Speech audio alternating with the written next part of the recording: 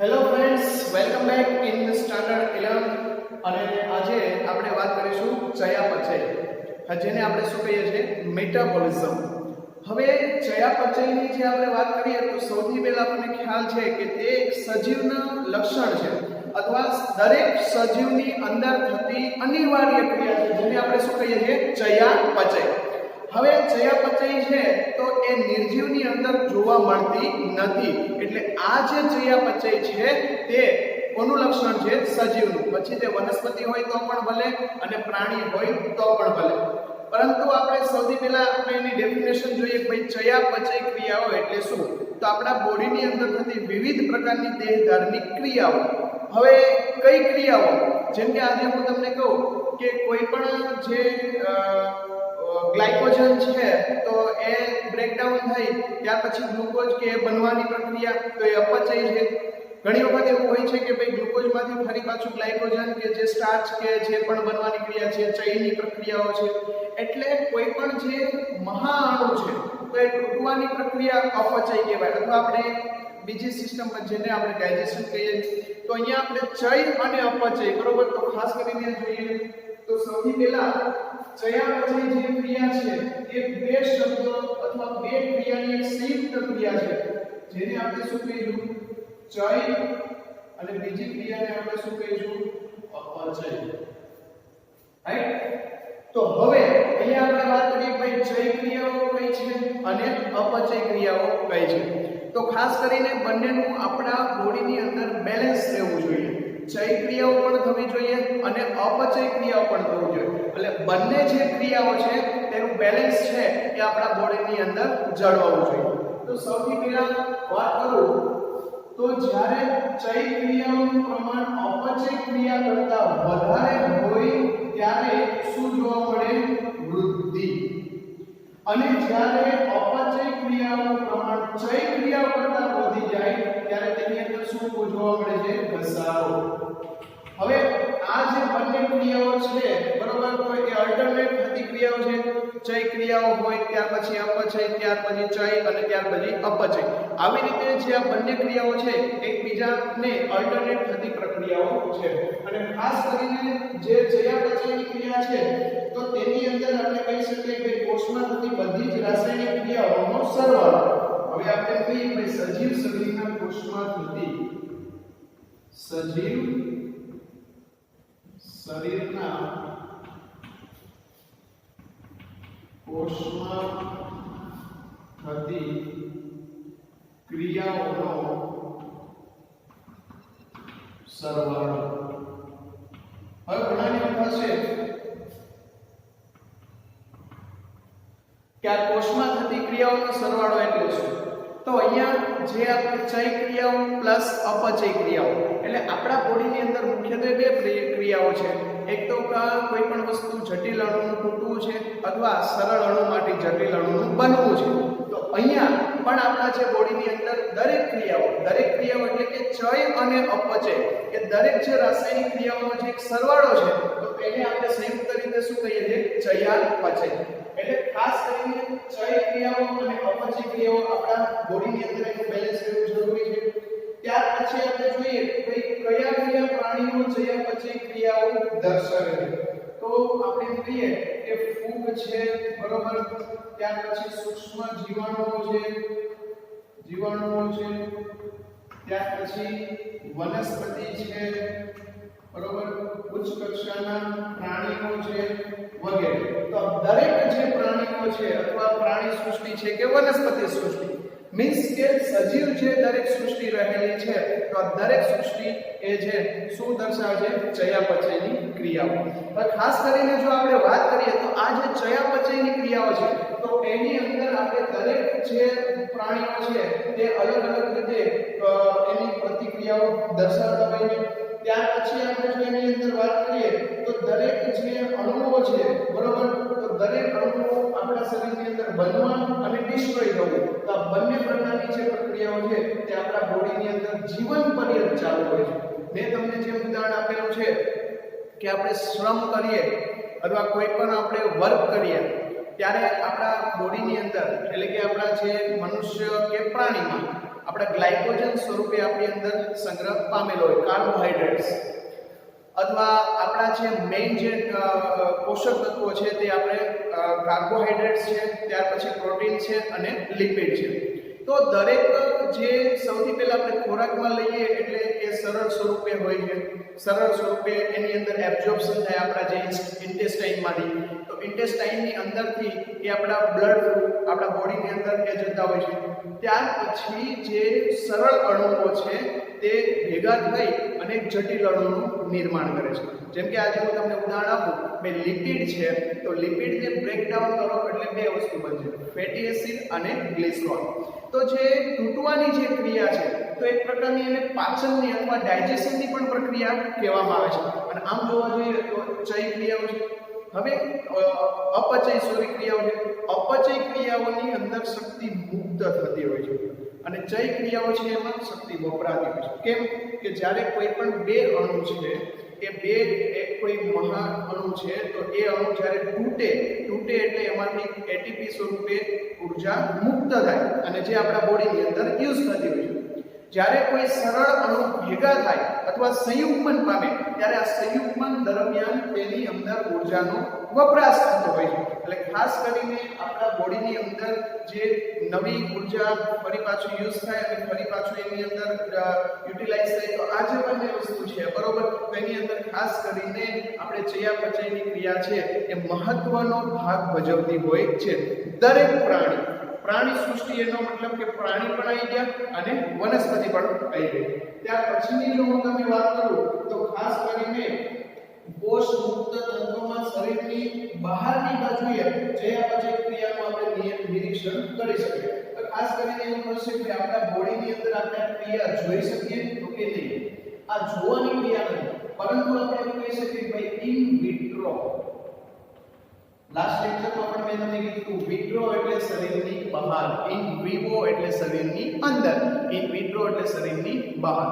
ખાસ કરીને આપણે જે ઇન વિટ્રો એનો મતલબ કે આપણે કોઈ લેબોરેટરી છે કે એની અંદર જે સેલ ડિવિઝન છે બરોબર, તો કૃત્રિમ રીતે આપણે એની અંદર જે પણ ગ્રોથ ન્યુટ્રિયન્ટ્સ આપી અને જે કૃત્રિમ રીતે આપણે સેલ ડિવિઝન કરાવીએ છીએ બરોબર, તો એ કહેવાય આપણે in vitro means fertilisation XYZ. હવે એની અંદર જો હું તમને વાત કરું તો આ જે દરેક જે પદ્ધતિ છે અથવા ઇન વિટ્રો રીતે તો આપણે આ જે ચયાપચય ક્રિયાઓનું આપણે નિરીક્ષણ કરી શકીએ છીએ. અને લાસ્ટમાં કહું તો કોઈ પણ જે નિર્જીવ પદાર્થ છે બરોબર, નિર્જીવ પદાર્થ બરોબર, તો એ જે નિર્જીવ પદાર્થ છે એ ચયાપચય ક્રિયા કરી શકતો નથી અથવા દર્શાવી શકતો નથી. તો આ જે આપણી પ્રક્રિયા છે બરોબર, તો તેને આપણે શું કહીએ છીએ? ચયાપચય ક્રિયા, જેનાથી આપણા શરીરના દરેક અંગ, દરેક કોષ અને દરેક પેશી કાર્યરત હોય, એટલે કે એને એનર્જી પણ શું પ્રોવાઈડ થતી હોય છે. હવે ત્યાર પછીનું જે આપણે આ ચયાપચયની વાત છે બરોબર, તો ત્યાર પછીનો આપણે ટોપિકની વાત કરીએ પર્યાવરણ સામેની પ્રતિક્રિયા.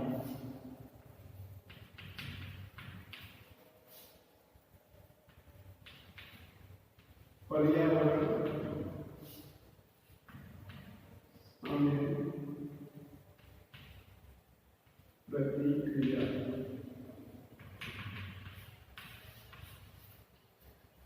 મિત્રો આપણે લાસ્ટ લેક્ચરની અંદર જે વાત કરેલી હતી ભાઈ દરેક સજીવ છે બરોબર, તો પર્યાવરણ સાથે કોઈ ભૌતિક રીતે, કોઈ રાસાયણિક રીતે, કોઈ જૈવિક રીતે અલગ અલગ રીતે પ્રતિક્રિયા આપતા હોય છે. સ્વાભાવિક છે કે જેવી રીતે આપણું એન્વાયરન્મેન્ટ ચેન્જ થાય તો એની સાથે સાથે આપણું બોડી પણ પ્રતિક્રિયા આપતો હોય છે. જે આપણને ખ્યાલ છે કે દરેક વધારે ટેમ્પરેચર વધી જાય કે ઘટી જાય ત્યારે પણ આપણું બોડી છે એની સામે રિએક્શન આપતો હોય છે. તો આ જે વાત કરીએ છીએ તે આપણે કોની કરીએ છીએ? પ્રતિક્રિયાની. હવે જે આપણે એન્વાયરન્મેન્ટની અંદર જો આપણે પ્રતિક્રિયા આપીએ છીએ તો કેવા પરિબળો સામે આપણે પ્રતિક્રિયા આપીએ છીએ તો એ પણ આપણે વાત કરીએ. તો સૌથી પહેલા હું વાત કરું તો ભૌતિક પરિબળો સામે પણ આપણે પ્રતિક્રિયા આપીએ છીએ. આ ઉપરાંત રાસાયણિક પરિબળો હોય બરોબર, તો એના પ્રત્યે પણ આપણે પ્રતિક્રિયા આપીએ છીએ. અને કોઈ પણ જૈવિક પરિબળો હોય તો આ પરિબળો પ્રત્યે પણ આપણે પ્રતિક્રિયા આપીએ છીએ. અને પ્રતિક્રિયા કોણ આપી શકે? કે જે સજીવ છે તે જ. પરંતુ જે કોઈ પણ નિર્જીવ વસ્તુ છે બરોબર, તો તેને પર્યાવરણ સામે તે પ્રતિક્રિયા આપતી નથી. એટલે આપણે જે નેચર ચેન્જ થાય એ પ્રમાણે આપણે એની જે પણ પ્રતિક્રિયાઓ છે એ આપણી પણ અંદર થોડી થોડી ચેન્જ થતી હોય છે. એટલે ખાસ કરીને જે આપણે વાત કરી આપણે ચર્યાપચય અને પર્યાવરણ સામેની જે પ્રતિક્રિયાની જે આપણે વાત કરેલી છે બરોબર, તો દરેક જે પ્રતિક્રિયા છે એ કઈ રીતે કોઈ વધારે અથવા કોઈ ઓછા પ્રમાણમાં દરેક પ્રાણીઓ અથવા વનસ્પતિની અને પ્રતિક્રિયા આપતા હોય છે. હવે આ પ્રમાણે જો આપણે વાત કરીએ તો જે આપણા ભૌતિક પરિબળો છે બરોબર, તો ભૌતિક પરિબળોની હું તમને જો વાત કરું તો ખાસ કરીને આપણે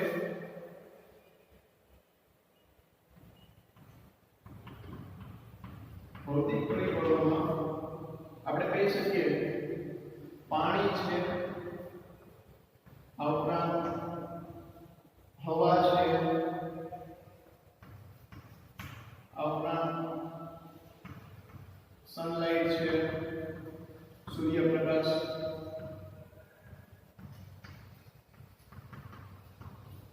બરોબર, આ ઉપરાંત આપણું તાપમાન છે,